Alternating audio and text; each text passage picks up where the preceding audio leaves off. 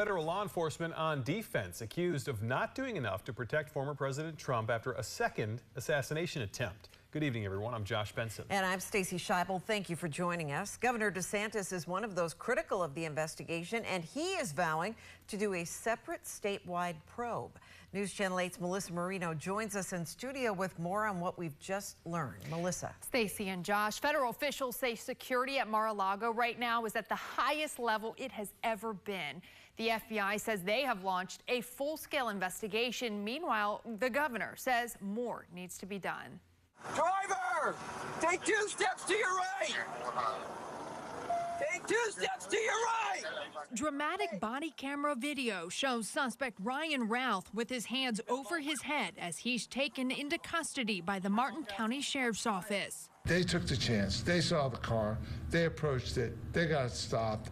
And there's no force on earth that could have stopped them from getting him. Routh appearing in court today, charged with federal gun crimes, including possession of a firearm by a convicted felon and possession of a firearm with an obliterated serial number.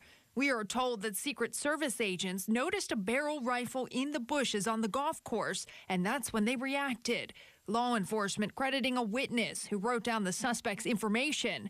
Top law enforcement leaders with the Justice Department, FBI, and Secret Service saying they found a loaded SKS rifle on the suspect. The FBI is leading this investigation, this ongoing investigation. As the Attorney General stated earlier today, the FBI is continuing its investigation of this incident as an assassination attempt upon the former president. The investigation remains at its early stages. But Florida's governor questioning how this could happen just months after the first assassination attempt.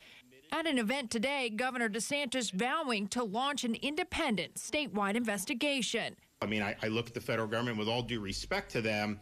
You know, those same agencies that are prosecuting Trump in that jurisdiction are now going to be investigating this. Federal law enforcement defending their response. You can't just give me money and say, hey, we're going to make sure that everybody gets overtime.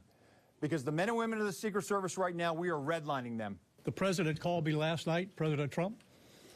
He thanked me for everything that we did along with the Secret Service.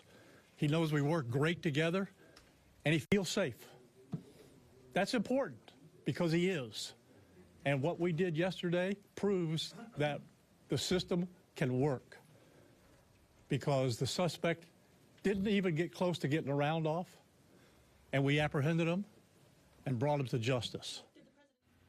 Governor DeSantis saying today, though, he will be making an announcement in the coming days about an investigation on the state level. Melissa, did federal officials, though, release any more information about the suspect's criminal history? We are learning a lot. They are executing search warrants right now, interviewing witnesses and friends, but we do know he was previously convicted with possession of a weapon of mass destruction. He has numerous felony charges for stolen goods. There was even a tip in 2019 that he had a gun despite being a felon, but that tip was closed. Certainly, we are going to be learning a lot more in the coming days and weeks. But to see a gun barrel on a tree line, I mean, that's incredible that it ended this way. Thanks so much. All right.